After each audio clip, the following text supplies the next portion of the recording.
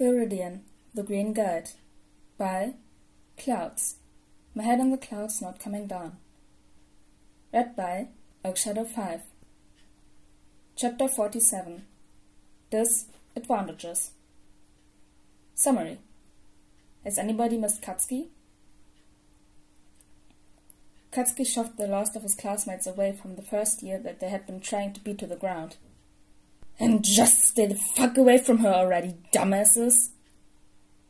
Fingers glared at him, but Katsuki just glared back harder until he gave up and turned away, gathering up his lackeys and retreating into a corner of the schoolyard reserved for the cool kids, a corner of the yard that Katsuki himself had been conspicuously absent from the past few weeks. He glanced over at the villains posing as his teachers, unsurprised to find them completely ignoring everything that had just happened. Katsuki had half expected them to turn on him the second he started standing up to his own past behavior, and was worried he'd have to have Amplifier write a letter to UA explaining a bunch of black marks on his record, but apparently they were too spineless for that. If they started reporting him for stopping the abuse, he could easily report them for allowing the abuse in the first place. It was mutually assured destruction. That didn't mean they hadn't tried to maintain the status quo, though. Katsuki didn't think he'd ever forget being called into the principal's office the day after he'd defended a kid in another class who could grow his fingernails faster than normal. "Really, Bakugo, I am sure that the other student appreciated you stepping in, but you really shouldn't be wasting your time on such trivial pursuits," the principal had said, a sleek smile on his stupid little face. "Kids play around, I'm sure you understand, having done so plenty yourself, so don't you think you should be focused on preparing for UA? The entrance exam is only a few months away, after all." Katsuki had simply given him a look that could kill, all respect gone from his voice as he responded. "I am preparing for UA. And this is a part of it, went unspoken, but from the fear that crossed the principal's eyes, Katsuki could tell he'd gotten his meaning across. He'd left the office without being dismissed, and none of the teachers had called him out on his changed behavior since.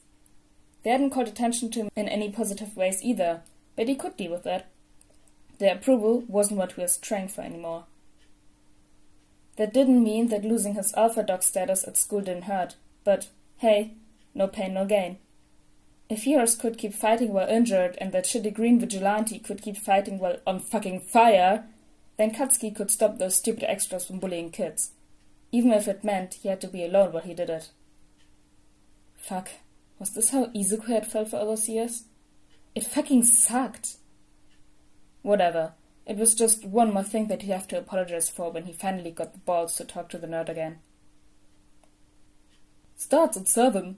Everyone who's anyone is going to be there." "Keep your voice down. You don't want Blasty showing up, do you?"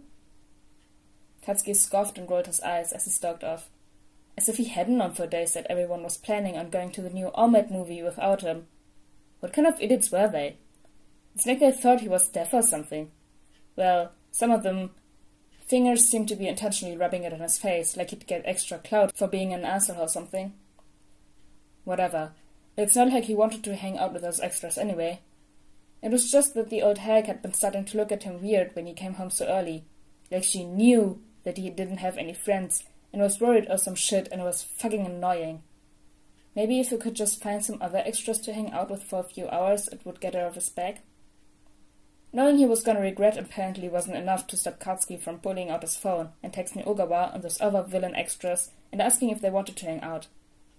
They were gonna be so smug and unbearable, going on about breaking down his walls and... Group chat. Ogawa. "Ooh, are you finally breaking down the walls, little man?" And there it was. He was regretting this already. His regret stung a little less, though, when the next that came was an address to meet them at. So what if everyone else was going to a movie without him? He didn't need any of those extras to be a hero. He could find way better friends than his bullying classmates. Katsuki shoved his phone back in his pocket and stalked off toward the address Ogawa had given him. He didn't recognize the place, but he knew it wasn't really on the right side of town. In fact, it was kinda close to where he'd saved that one kid a few weeks ago. Katsuki hoped that extra had taken his advice and started actually training for the hero course. Maybe even Izuku could have had a chance if he got rid of his noodle arms. He shook his head as he saw Ogawa and Maki leaning up against a low brick wall that Akiko was laying on, seeing how big she could get her bubblegum bubble before it popped all over her face. They looked like a bunch of no-good delinquents. Katsuki scoffed. And to think these losers were actually the safer option between his two friend groups.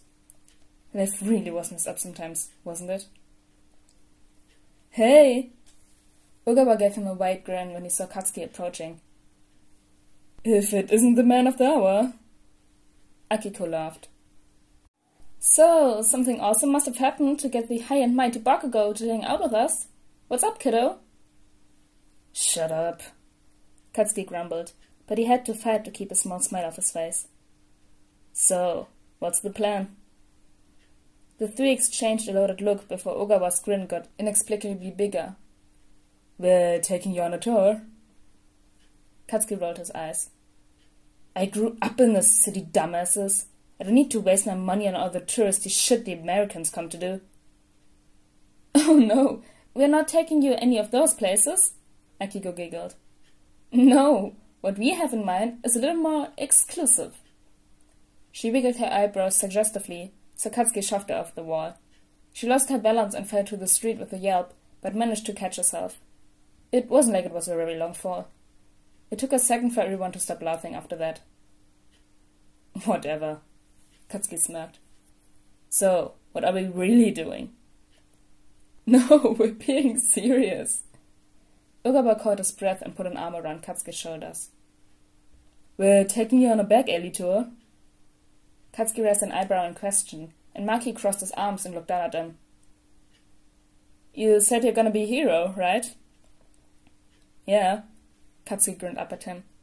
I'm gonna be the best hero you losers have ever seen. Well, I don't know if you've noticed, Maki huffed, but you're not exactly like most hero hopefuls.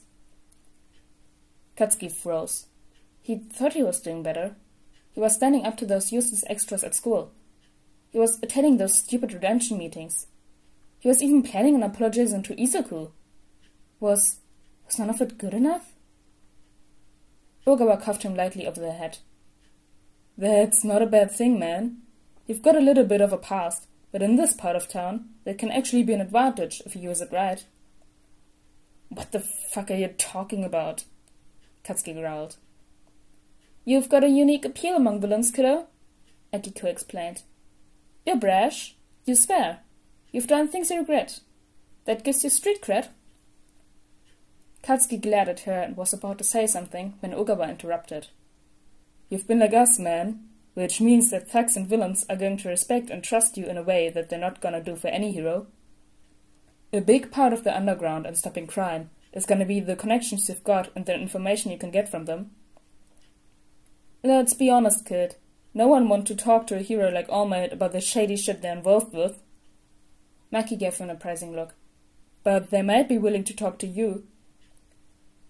Katsuki's eyes widened slightly as he realized what they were getting at. Once he'd realized his past actions were wrong, he'd assumed they'd put him at a disadvantage if they didn't stop him from becoming a hero outright. But if what Maki was saying was true, they might be able to use those parts of him to be a better hero. He still wished he'd never been a bully, but... Good heroes use every advantage available to them, Ogawa smiled. So, come on, you ready to meet everyone? Katsuki shoved his hands in his pockets and followed his friends as they started off down the streets. He needed to pay attention, because somehow he had a feeling that if Izuku was here with his stupid notebooks, he'd be cheering for him to exploit the hell out of his shitty past mistakes, and Katsuki owed it to Izuku to be the best hero he could be. As they walked into a corner store to introduce Katsuki to the owner, none of them noticed the sharp eyes tracking the movements and judging every single one.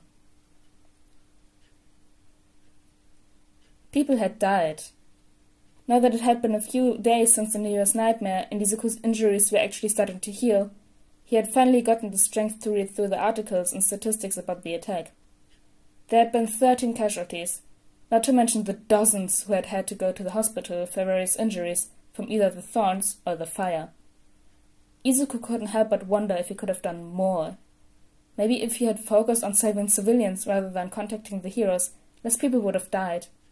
Or maybe he could have separated the fight from the evacuation route so that when Endeavor arrived, there weren't people trying to get out when the bar went up in flames.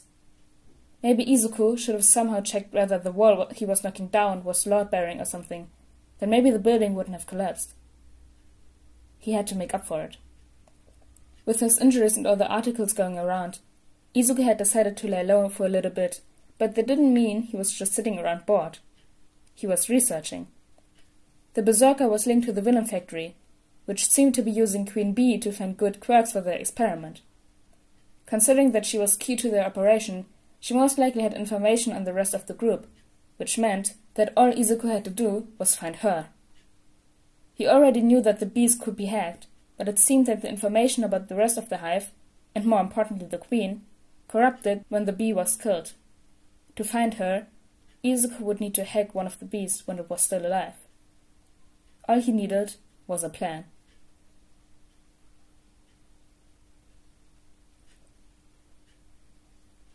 That was chapter 47 of Viridian the Green Guide. I hope you all enjoyed this one, and I'll see you all next time. Bye!